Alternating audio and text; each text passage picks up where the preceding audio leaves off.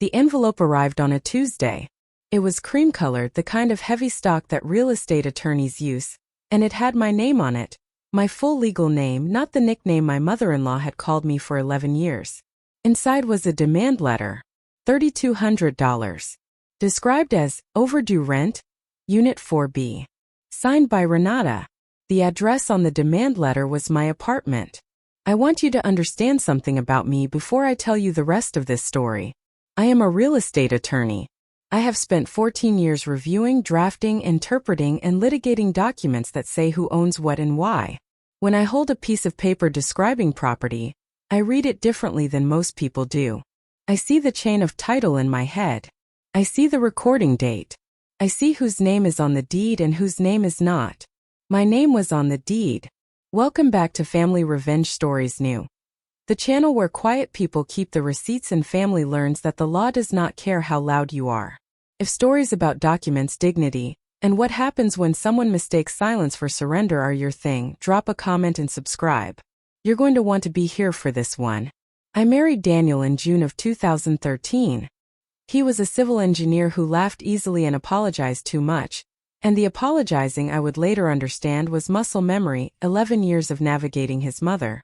Renata was a woman who occupied every room she entered. Not loudly. She was actually quite soft-spoken.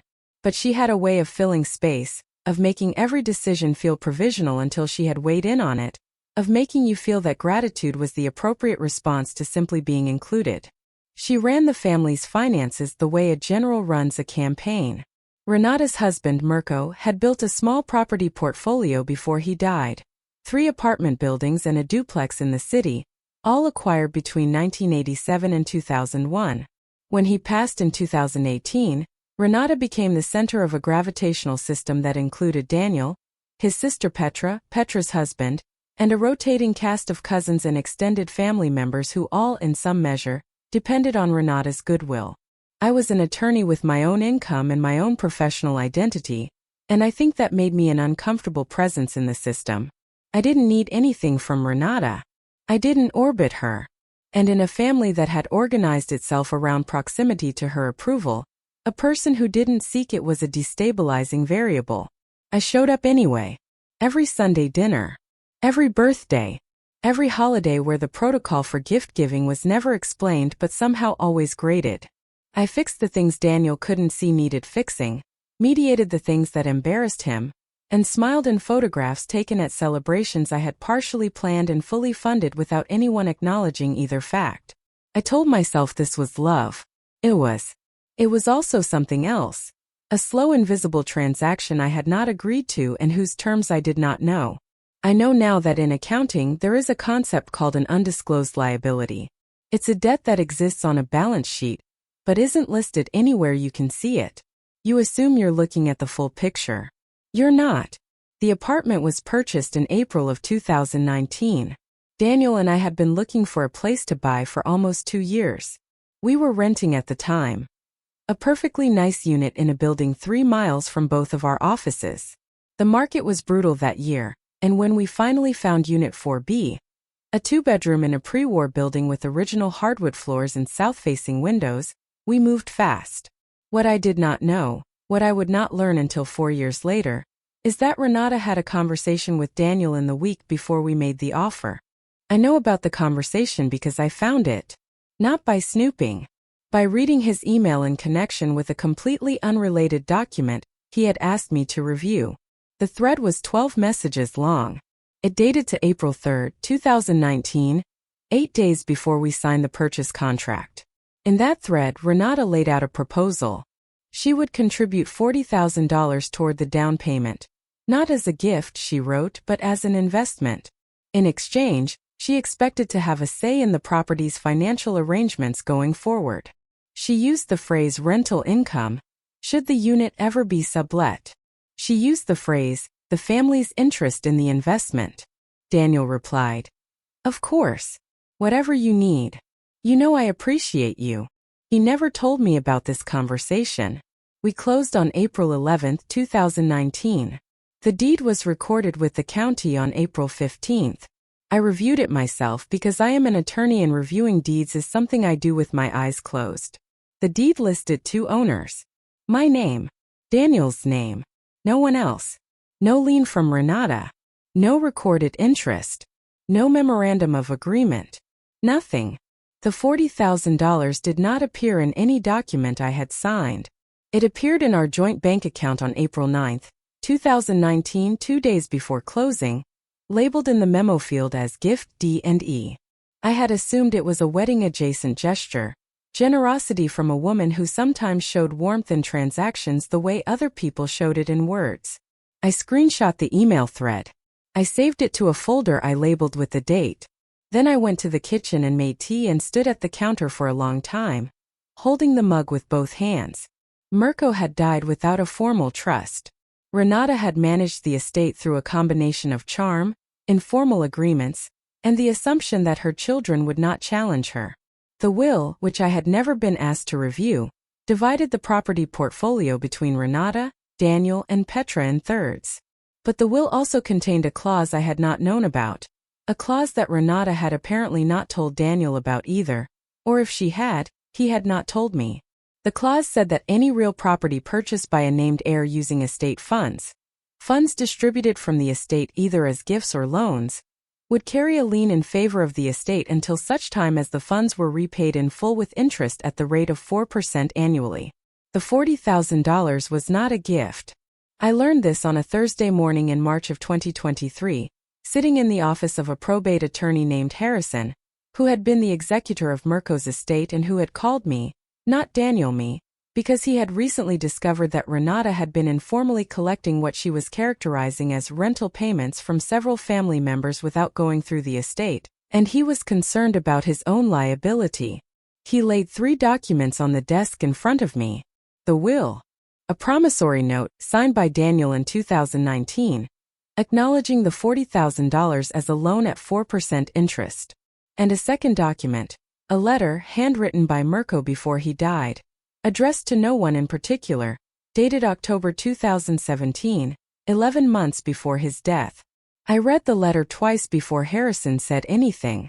Then he said, "She told him you were only in it for the property." I folded the letter carefully along its original crease and placed it back on his desk.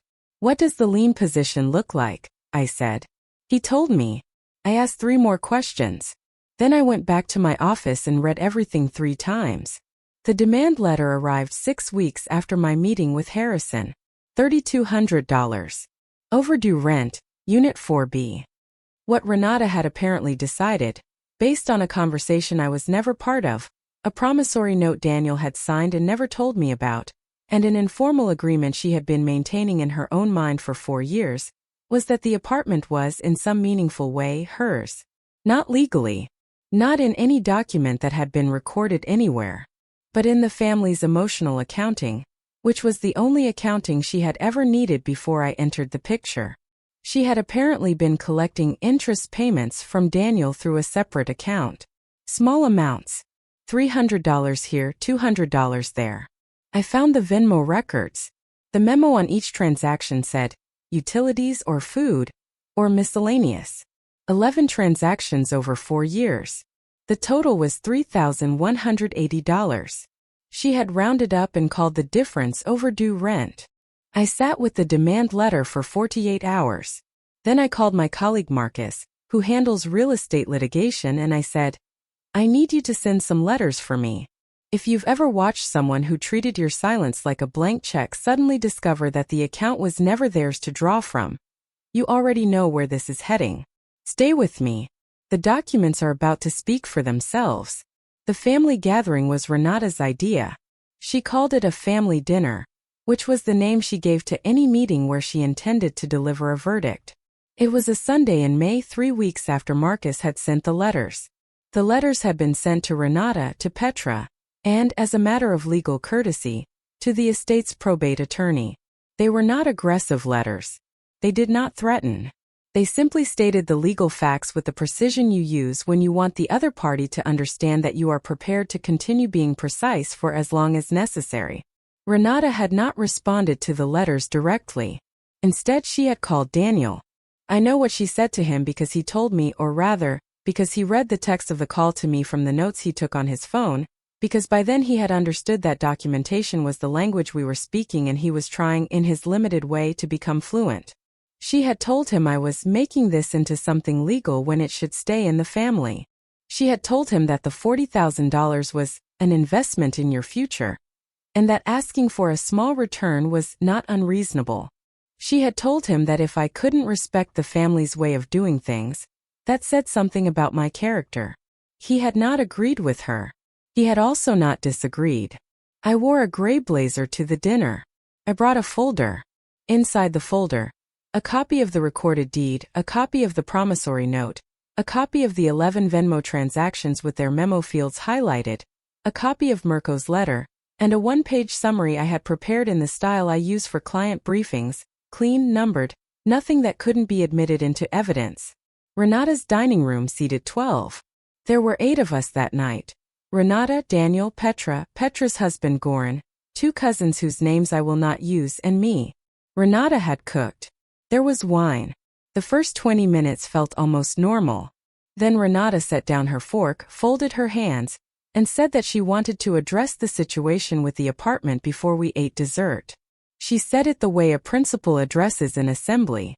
She said that the $40,000 had been given in trust, that she had always understood there to be an arrangement, and that my decision to involve attorneys had been a hurtful and unnecessary escalation.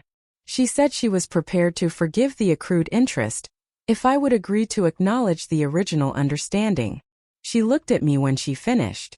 Everyone at the table looked at me. I asked if I could speak. She gestured as if she were granting me the floor of her own courtroom. I opened the folder. I said, "The deed for Unit 4B was recorded with the county clerk on April 15, 2019. It lists 2 owners, Daniel and me. It lists no liens, no encumbrances, no third-party interests of any kind." I placed the deed in the center of the table. Petra said, "We know what a deed is, Elaine." I said, "I know you do. I'm reading it anyway." I said, "The promissory note dated April 9, 2019, which Daniel signed without my knowledge or signature, acknowledges a loan of $40,000 at 4% annual interest. That note is not a deed. It does not create a property interest. What it creates is a personal debt between Daniel and the estate." I placed the promissory note next to the deed. Goran said something under his breath. Petra touched his arm. I said, "Between March 2019 and February 2023, 11 Venmo transactions totaling $3,180 were made from Daniel's account to Renata's account. Each was memoed as a household expense. None was described as rent or loan repayment." I placed the transaction summary on the table. "This is not evidence of an arrangement. This is evidence of confusion about what the arrangement was." Renata's voice still soft. "You are reducing a family relationship to a spreadsheet." I said, "I count things for a living. When the numbers tell me something, I listen." I placed Mirko's letter on the table last. I said, "Before Mirko died, he wrote this. I'm going to read one line from it." Picked it up. The handwriting was careful and a little cramped, the handwriting of a man who had spent his life filling in forms. I read, "Whatever you do with what I've built, let it go to the people who stayed." Nobody said anything for a moment. Then Renata said, "That letter was not meant for you." I said, "No, it wasn't. But it was left in his estate documents, which are public record, which means it was meant to be read. And I read everything." Petra began to cry. Not the quiet kind. Renata said louder now, "You have no right." I said quieter, "The demand letter for $3,200 is what started this conversation." I did not start this conversation. One of the cousins, the older one whose name I won't use, pushed his chair back slightly and said very quietly, to no one in particular, "Renata.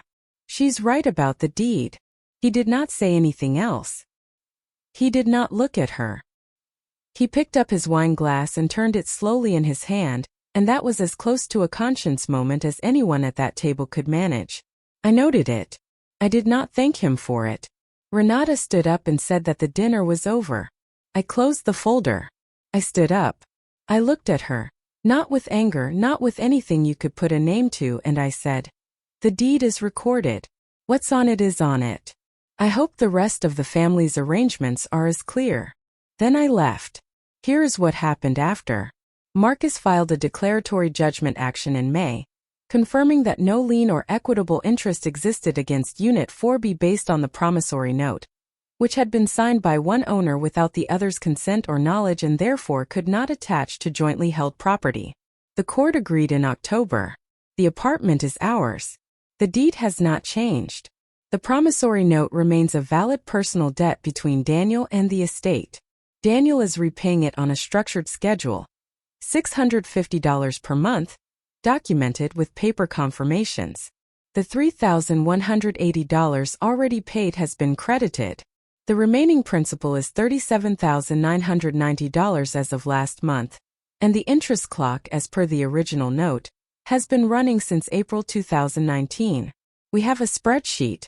Renata did not come to the declaratory judgment hearing. Her attorney filed a brief. It was not persuasive. Petra and I have not spoken since May. Goran sent Daniel a text in August that said, "I'm sorry about how this went." Daniel thanked him. That was the extent of the reconciliation. The older cousin, the one who said she's right about the deed, called me in November. He asked if I would look at a document his mother had asked him to sign regarding a piece of property. I reviewed it. It was not in his interest. I told him so. He had an attorney draft a counteroffer. He was right to push back. Mirko's letter lives in a fireproof document box on my office shelf. In a sleeve marked with the date I first read it.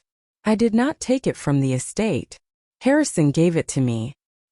He said Mirko had written it, separately, in an envelope addressed to Daniel's future spouse.